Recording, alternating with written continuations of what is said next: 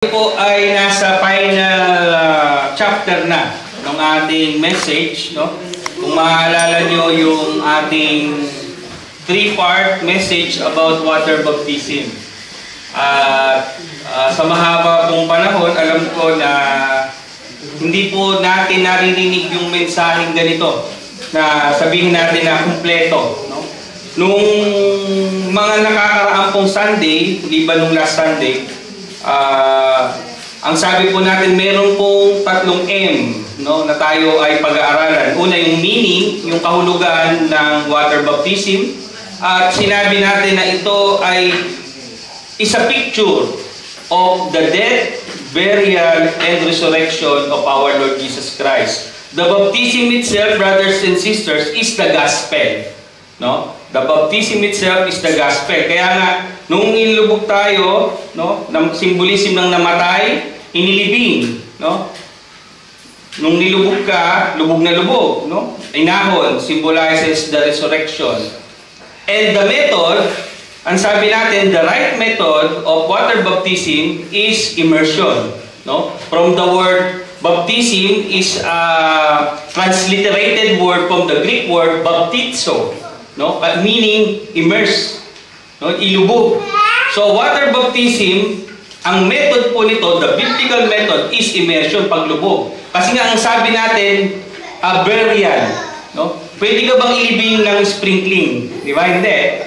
No? Meron bang inilibing ng mababaw? Di ba? Kailangan lubog, di ba? So the method is immersion. And now we will talk about the motive.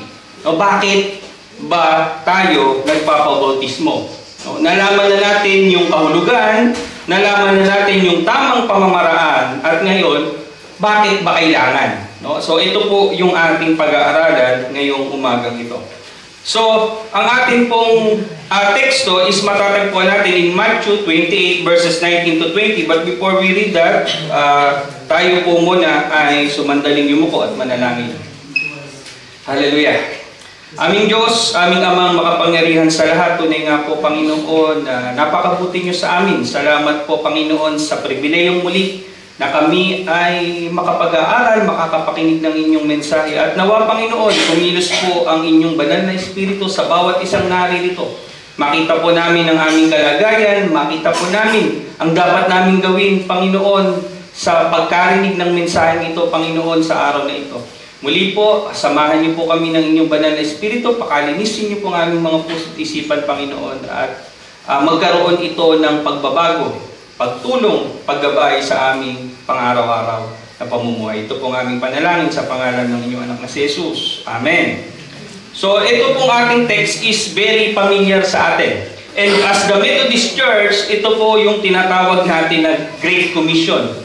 O kung kayo ay nasa Pilipinas, yung sticker ng UMC, yan ang nakalagay, go, therefore go. At ito, ang alam ko na message, na naging tema din natin ito nung ating mga nakakaraang anniversary, no? So, in Matthew 28, verses 19 to 20, ang sabi dito, therefore go and make disciples of all nations, baptizing them in the name of the Father, and of the Son, and of the Holy Spirit, and teaching them to obey everything. No, ganyan. Everything I have commanded you, and surely I am with you always to the very end of the age. No? So ito yung tinatawag natin na Great Commission. No? And kung titingnan natin, baptism is as important as the Great Commission. Kasi sabi, go. No? Humayo kayo. Gawin yung disipulo ko ang lahat ng bayan, no? Lahat ng bansa. Baptismuhan mo sila. So, baptism is as important as the Great Commission because it is a part. Di ba? Parte ito. No? Sabi, baptismuhan mo sila, turuan sila, di ba? Ng lahat. No? Ito yung magandang makita natin dito, lahat. No? Ang problema kasi ngayon, lagi kong sinasabi, ang problema ng maraming churches and maraming denomination is they are being selective. Alam niyo yun? Kung hindi swak doon sa kanilang grupo, kung hindi swak doon sa panlasa ng mga tao, hindi nila tinuturo. No? At ito ang problema ng church ngayon, mga kapatid, ng maraming churches, no, different denomination, even the mega churches especially. No? Nagiging selective na lang sila. Ang sabi ng ating ituro nyo lahat. No?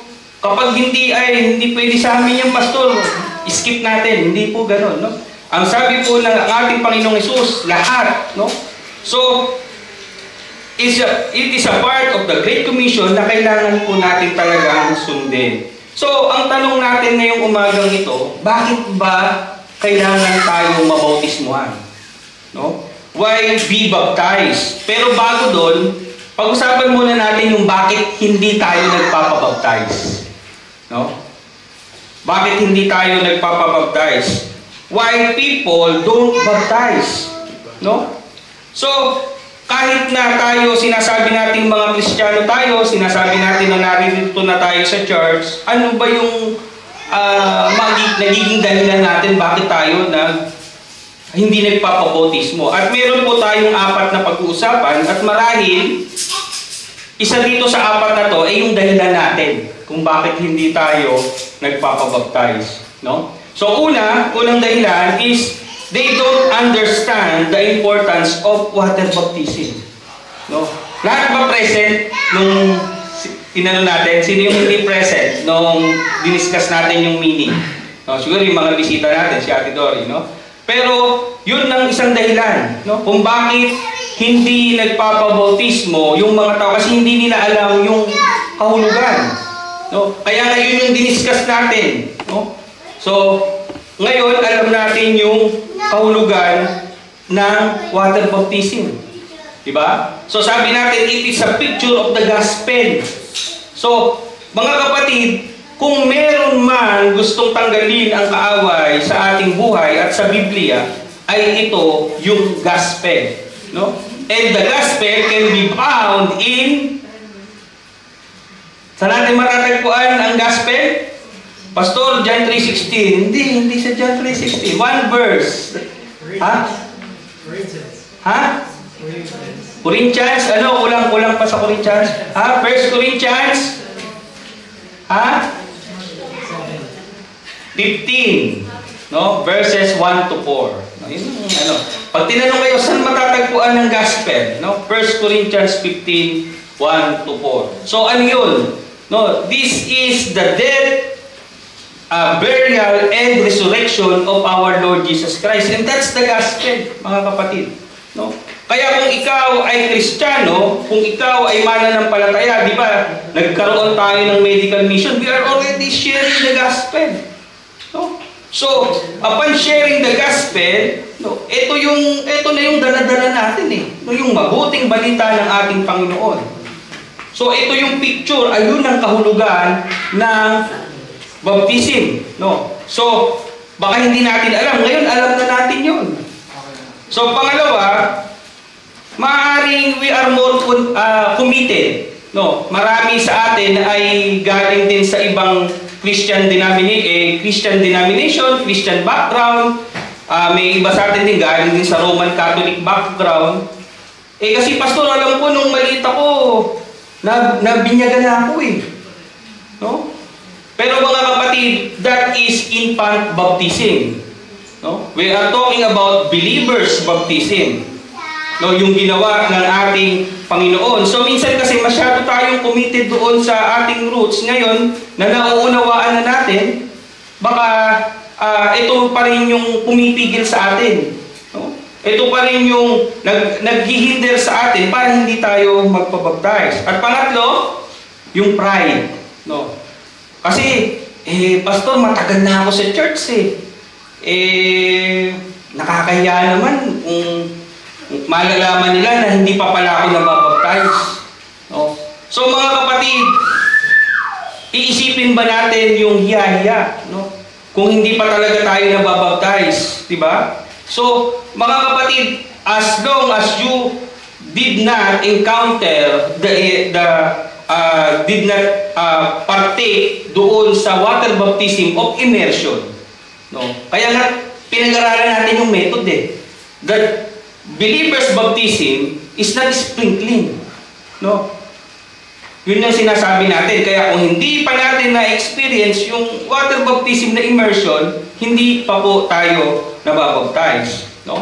So, minsan kasi ganun, we are hindered by our own pride. Kasi leader na ako, pastor, magpapabaptize pa ba ako? Kung magsano nakahiyaan na. Lumipas na ang maraming panahon. At yung pang-apat is the spiritual cowardness. So, yung baka natatakot tayo kasi pastor baka makita yung mga tinatago ko pag nabasa ako. Makita yung katawan ko pag nabasa ako. No? Natatakot tayo. At meron din yung spiritual cowardness na ayaw natin, no? Natatakot tayo o nahihiya tayo. Mga kapatid, pag anong sabi ng Biblia? Pag kinahiya natin ang Panginoon, ikakahiya niya tayo. Diba?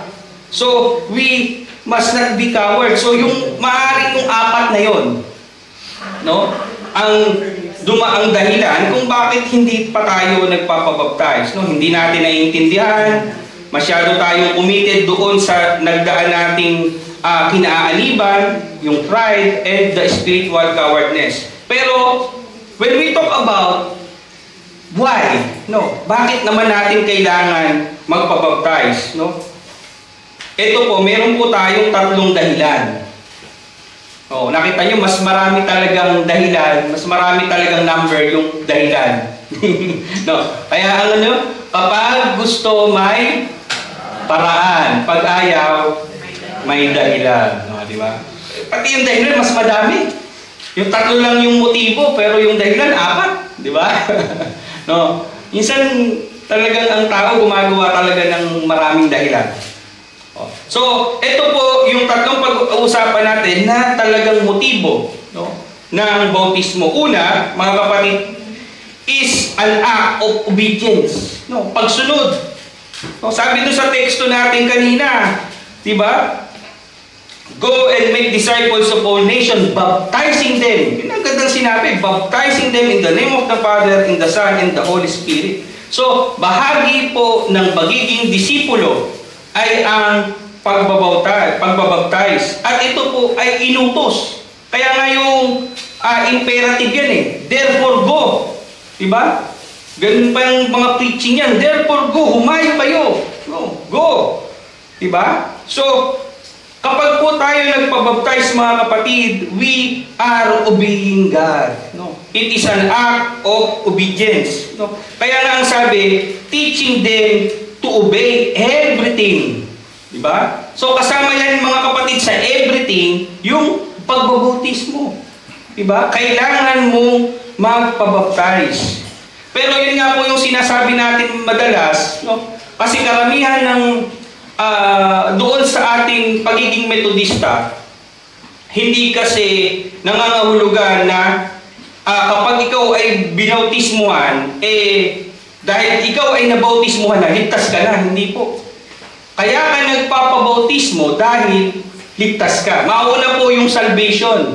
No? Kaya nga, yung in-explain natin yan doon sa meaning ng baptism, na may mga denomination na ang means of grace, no, the means of salvation is yung baptism, di ba? Kaya yung mga infant binabaptize nila kasi nga para ma-secure na yung mga sanggol, di ba? Pero mga kapatid, kaya nga natin pinag-aralan yung meaning, pinag-aralan natin yung method para makita natin lahat ito. And the motive is primarily is for obedience, no? So mga kapatid, meron po tayong mga tinatawag na ordinances, no? Sino yung mga mahilig sa politiko, mga naging barangay dyan, kagawad, SK chairman, meron ba? Di ba may mga ordinansa ng barangay? Di ba may mga narinig kayong ganyan? So sa Biblia, mga kapatid, meron pong ordinances, no, na ipinatupad ang ating Panginoon, na mismo siya ang gumawa. Di ba? Ano yun? Yung ating communion and the baptism. Pansinin nyo, may mga denomination na marami silang mga sakramento. Pero titingnan nyo, ang ginawa po ng ating Panginoon ay dalawa lamang. Diba? Ang Diyos hindi kinasal. Diba? Ang ating Panginoon hindi siya kinasal. Pero sa iba, ang kasal ay kasama sa sakramento. No? So, hindi po, kumbaga sa yung mga ordinances na sinusunod natin, yun mismo, yung pinaggagawa at ginawa mismo ng ating Panginoong Hesus. Diba? Siya yung nagkomunyon. Sabi niya, kaya nga tayo every first Sunday. Pero ang practice nga dapat daw is every Sunday. Pero kasi ito yung nakakaguess na natin. Pero ang importante doon, we partake. No? Ino-observe natin lagi. And baptism. So, nakita natin yung dalawang ordinances dito. So, yung ordinance na ito, mga kapatid, yun yung final commandment din. Kung maaalala nyo yung sinabi natin, paano nagsimula ang ministry ng ating Panginoong Hesus. Diba? Nung siya ay nagpabaptize kay John the Baptist. No, ano pa yung conversation dun? Sabi niya, bakit ka magpapabaptize sa akin? Ako ang dapat mo bautismuhan. Wala ka namang kasalanan. Di ba? Kung ipaparaphrase natin, baka sabi nyo, ganun ba sinabi ni John the Baptist? Hinanap sa Bible. No, pinaparaphrase ko lang para madali yung maintindihan. No? So, sabi ni Jesus Christ, hiya mo na. Kailangan kasi yan para matupad ang lahat ng kagustuhan ng Ama. To fulfill all righteousness. Yun po ang sabi ng ating Panginoong Hesus. No, for now, gano'n. Kasi bahagi ito ng propesiya. No, bahagi ito ng kalooban ng Diyos Ama. So, kung ang ating Panginoong Hesus nagsimula siya, bago siya magsimula ng kanyang ministry, nagpabaptize siya, and in the end, bago siya umakyat sa langit, ito yun, yung Matthew 28, na sabi niya, go and make disciples of all nations. Nagsimula siya doon sa baptism, and he concluded his ministry through baptism din. Diba? So nakita natin mga kapatid kung gaano kahalaga ang baptism sa buhay ng isang disipulo, sa buhay ng isang mananampalataya. And baptism demonstrates our love for Jesus. Diba? Ano ang sabi ng John 14:15? John 14:15 said, if you love me, you keep my commandments. Kung mahal mo ako, di ba, susundin mo ang aking mga utos. So, brothers and sisters, love equals obedience. No? Di ba? Kung mahal natin ang Diyos, susundin natin siya. And pangalawang motive is, it is a public declaration. No? Gusto nyo ba Kristiyano kayo, pero kayo lang ang nakakaalam? No? Yung madalas kong sinishare sa inyo, nung college ako talaga, nasabihan ako na, Christian ka pala. Diba? Ang sakit. Diba? Kasi nangunguna ka sa kalokohan, tapos sasabihin sa inyo kayo, Christian ka pala. Yeah. Na-invite ko kasi sa bahay yung birthday ko noon. Ang nanay ko, hindi pumapayag na pag-birthday ko, hindi pinapupunta yung pastor, laging may service sa bahay. Sabi niya, invitayin mo yung mga classmate mo. In-invite ko, yun ang napala ko. Christian ka pala. Kaya mula nun, medyo nagpakabait na ako ng konti. No? Diba? So, mga kapatid, when we are Christian, hindi ito undercover. No? Hindi ito tinatago. Maaaring may mga bahagi kasi ng buhay natin. Sinishare ko nga doon sa mga youth na bakit kayo naging Kristiyano habang bata kayo? Yun ang tanong ko sa kanila. Kasi kako, to spare you for all the sorrows. Yung kako, ang privilege nyo, yun ang kabutihan ng Diyos, naging Kristiyano kayo hanggang bata kayo. Kasi marami kakong mga tao na hindi naging Kristiyano at naging Kristiyano nung matanda na sila. Ano nangyari? Marami na silang sakit. No? Na sana ay naiwasan kung sila ay naging Kristiyano agad. Nagets nyo? Diba? Kasi alam na nila alam nila. Kaya nga, what is the choice between Christians? Mga youth? Nakalimutan nyo na agad. Ano mga? What is the choice between Christians? Good, better, and best. No, hindi na between evil and good. Diba? Kasi Christian ka na eh. Your choice is between good and better. Better and best. Diba? So, mapalad kayo na nakakilala kayo agad sa Panginoon ng bata pa. No? For us to be spared. So, it is a public declaration. Si Peter, nung unang preaching ni Peter, one preaching, 3,000. No? 3,000 yung tumanggap at nagpabaptize. Ngayon, 3,000 preaching, one baptism. No? Ako hindi pa naman ako nakaka 3,000. Mga 300, ilan na sa 384? 384 na. No? Pero ganun po kamakapangyarihan ang salita ng ating Panginoon. At ano yung punto natin doon? Doon sa preaching ni Peter. Mga kapatid, nung nag-preach si Peter at tumanggap ang mga tao, they were all baptized. Amen? 3,000 ang nadagdag. 3,000 yung tumanggap sa ating Panginoon, nag-repent, and they were baptized. No? Kaya nga dun sa basahin natin sa Tagalog, sa Acts 2:41 sabi, kaya nga ang mga naniwala sa pinangaral niya ay nagpabautismo at nadagdagan agad ng may 3,000 tao ng araw na iyon. Imagine, 3,000 agad yung nadagdag. No? Nagpabaptize, they believed and they were baptized. So, mga kapatid, faith and baptism, hindi po pwedeng paghiwalay niyan. No. If you receive Christ, you must be baptized. No. Ang emphasis natin dito lagi na yung baptism hindi magliligtas sa iyo. Kaya ka nagpapabautismo kasi ligtas ka na, no? Yun po yung dapat nating makita dito, no, maintindihan. And yung baptism is a public declaration na tinanggap natin ang ating Panginoon, di ba? Kaya nga mga kapatid, eto pansinin niyo. All were chosen. Lahat ng disipulo, lahat ng tinawag. Hindi yan binulungan ng Diyos. Hindi yan kinausap one-on-one. Tinawag yan, sumama ka sa akin. Gagawin ko kayong fishers of men. In the public, tinawag ng ating Panginoon ng lahat ng disipulo. At nung namatay ang ating Panginoong Hesus, hindi rin siya namatay ng pribado. Doon siya sa bundok, na nakikita ng lahat ng tao.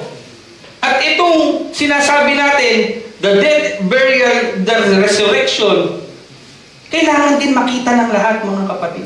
Wala pong nagpabautism na hindi po na walang nakasaksi. No? Lahat po ng binautismuhan ay may saksi. Even the eunuch yung ating na-discuss na noon. No? Siyempre, karwahian, may mga tauhan, may nakasaksi. No? Lahat po ng na-bautismuhan ay mayroong public declaration, may mga saksi. So mga kapatid, it is a commandment, no, for declare. Kaya nga yung meaning, ano ba yung sabi natin na meaning? The gospel. Ano ba ginagawa natin sa gospel? Diba? Sinishare natin. So, even if we are saying that baptism is the gospel, we must declare. Amen? So, baptism is a public declaration. No? Saka mga kapatid, it's also a part of the church, no? Yung ating belongingness. Kaya nga, di ba, ano yung sinasabi natin pag na-baptize na? Welcome, kapatid na ganito, no?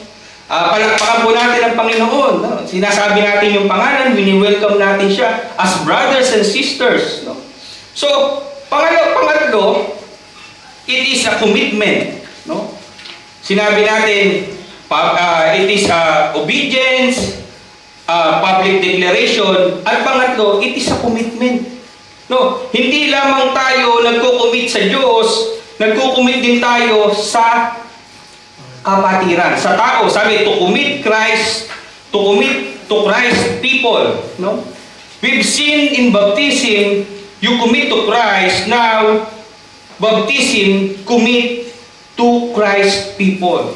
No, ano ang sabi doon sa Acts 2:42, sabi dito, So, alam niyo ba bakit major parte nung mga text about the Holy Spirit, about the mission is Acts? Alam niyo ba yon? Kasi yung Acts na yan, gawa ng mga apostol. So, gawa ng banal na spirito. No? Saan ba makikita ang Pentecost? Sa Acts. No? So, most of the verses about the Christians, the starting point. So, yung mga early, yung kumbaga sa yung pag-establish, no, yung mga unang taon, diyan natin makikita sa Acts. No? Kaya dito makikita natin nung ini-establish ng ating Panginoon yung early church, makikita natin itong lahat doon sa Book of Acts. Kaya doon sa Acts 2:42 sabi, inilaan nila ang kanilang mga sarili. No, kanina binasa natin yung sa 41, di ba? So kung tutuloy natin dito, di ba, nabaptize sila, no? 3,000 nadagdag sa kapulungan, sa kapatiran. Doon sa sumunod na verse in Acts 2:42, inilaan nila ang kanilang mga sarili upang matuto sa turo ng mga apostol, magsasama-sama bilang mga kapatid, magsasalo-salo sa pagkain ng tinapay at manalangin. No, so may fellowship. So, hindi po natapos doon sa kanilang acceptance. Pinatawad sila, no? Ni-receive nila yung si Christ as Lord and Savior, na-baptize sila, hindi po natapos doon. Anong nangyari? Nagsama-sama sila, may fellowship. Kaya nga mga kapatid, we have a commitment to one another. Kaya nga lagi kong sinasabi, di ba, alam naman natin yung kasabihan, no man is an island. Di ba? Hindi pwede yung mag-iisa ka lang. Ganun din sa bilang mananampalataya, mga kapatid. No? We must have one another. We must commit to one another. Meron po dapat fellowship. No? Hindi ka pwedeng Kristiyano, lalo ngayon, nung nagsimula ang COVID, no? Nauso yung mga panunood na lamang sa internet. No? Maraming mga Kristiyano, ayaw na mag-church, ayaw nang pumunta, ayaw nang sumama sa mga grupo. Sa bahay na lang sila kasi ganun din naman, pastor. Makikinig lang ako, save naman na ako. Pero hindi po yun ang disenyo ng isang mananampalataya. Hindi po ganun. Kaya nga, mismo na ito binabasa na natin sa Acts. Kung ano yung example na ginawa ng mga early Christians noon. So may fellowship, mga kapatid. Napakahalaga ng fellowship, napakahalaga ng commitment. No? So, baptism sets us within to sustain a communion of Christ people. Diba? Kung ikaw bilang mananampalataya, meron tayong good relationship. Diba? Yun ini-establish natin, diba? Sa ating Panginoon, ang ini-establish natin is magkaroon tayo ng mas malalim na pagkakilala, magkaroon tayo ng relasyon, ganun din po. Buti nga yung mga kapatiran natin, pisikal, nakikita natin, di ba? Ang Diyos, Espiritu, binigyan tayo ng pagkakataon na magkaroon ng fellowship sa mga kapatiran, hindi ba natin igagrab, di ba? So, meron dapat tayong fellowship, meron tayong commitment. So, yun po yung motibo. Minsan, ito is even in my own testimony. Dahil ako, siguro iba sa inyo, member ng mga fraternity, member ng mga club, no?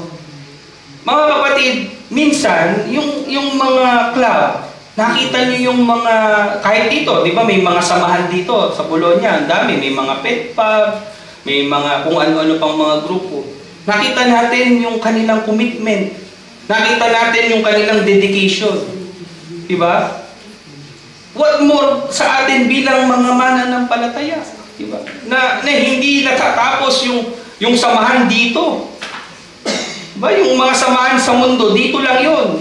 Pero yung samahan para sa Panginoon, hindi natatapos dito. To be continued pa. Diba? What more kung ano pa yung minsan ang pagpapahalaga, no? Ako, saksi ako doon kasi kahit yung father ko, pupunta yun sa church, naka-t-shirt lang yun na polo shirt. Pero pag pupunta siya doon sa fraternity niya, talagang barong, leather, naka-leather, nakabalat, lahat, formal. Pero pupunta sa church, naka ano lang yun, naka-topsider, no? Naka-maong, naka-white t-shirt. No, minsan kasi, ang luwag kasi ni Lord walang dress code Pero sa mga club kasi, sa mga lalo, pag mga bigating na mga grupo, panay naka-Amerikana, naka-barong, di ba? Tayo, kung wala tayong dress code, ganun-ganun na lang yung suot natin. No? Kulang na lang, magchinelas tayo, sobrang komportable, lalo ngayon mainit. No? Pero, mga kapatid, ano yung punto natin dito? We must be committed. No? Na kung paano tayo nagpapahalaga doon sa ibang tao na para dito lamang sa mundong ito. No? Diyos itong pupuntahan natin. Diyos makikipag-commit tayo, makikipag-fellowship tayo, di ba? Gamitin din natin. No? Kumbaga sa isipin din natin kung ano yung sino ba yung pupuntahan natin, di ba? So, mayroong commitment, may fellowship mga kapatid. So, to summarize it all, water baptism is a demonstration of our obedience to the Lord Jesus Christ. Water baptism is a symbol to identify with the death, burial, and resurrection of Jesus. Water baptism is a public declaration of our promise not to continue walking in sin. Water baptism is a practical demonstration of our spiritual reality and a personal testimony that we have passed from old life to the sin of sin to the new life in Christ. Baptism connects us to the wider body of Christ. No? So mga kapatid, ang challenge sa atin, if you are saved, kung ikaw ay ligtas na, at doon sa encounter natin, doon sa mga youth, kung that time, ito lang naman yung laging discussion dito At ako, even nung bata ako, lagi ko rin sinasabi to Nung ako ay nabaptize, ito ay grupo. At parang sabihin dala ng grupo, napilitan. No, kasi sabi ng nanay ko, magpabaptize na daw ako. No? Lagi yung nanay ko yung sinisisi ko nun kasi siya talaga yung mahigpit sumama ka, magbabaptize ka na, sige, baptize na. Pero mga kapatid, kayong nadyadyaan ngayon, kung tinanggap nyo na talaga, nararamdaman nyo na presensya ng Panginoon sa buhay nyo, tinanggap nyo siya bilang Diyos sa tagapagligtas, at hindi pa kayo nababaptize, there are no reason, wala pong dahilan para hindi tayo magpabaptize. Are you saved? Do you obey Jesus? Are you ready to declare your faith to others? Are you committed to Christ's people? If the answer is yes, mga kapatid, then you should be baptized. Amen? Amen. So mga kapatid, kung meron kayong dahilan, at nandun yung dahilan nyo dun sa apat na pinag-usapan natin kanina, at alam ko naman na lahat ito ay na-discuss na natin, wala pong dahilan para pigilan yung ating mga damdamin o yung ating pag-iisip na hindi po magpabaptize. If you are saved. So, mga kapatid, magkasunod po ito. Diniscuss natin ito doon sa method of water baptism. Na once you are saved, kaya nga ang practice noon, di ba? 3,000 people, subito yun. wala nang umalis doon. Baptize sila nung araw din na yun. So mga kapatid, the challenge for us, if we are saved, there is no need, no, para pagtagalin natin na hindi tayo magpabaptize. And our church is supporting this, mga kapatid. No? Kung meron man po sa atin na hindi pa nababautismo at tayo ay ligtas, no? Ito lamang po ang tanong dito eh.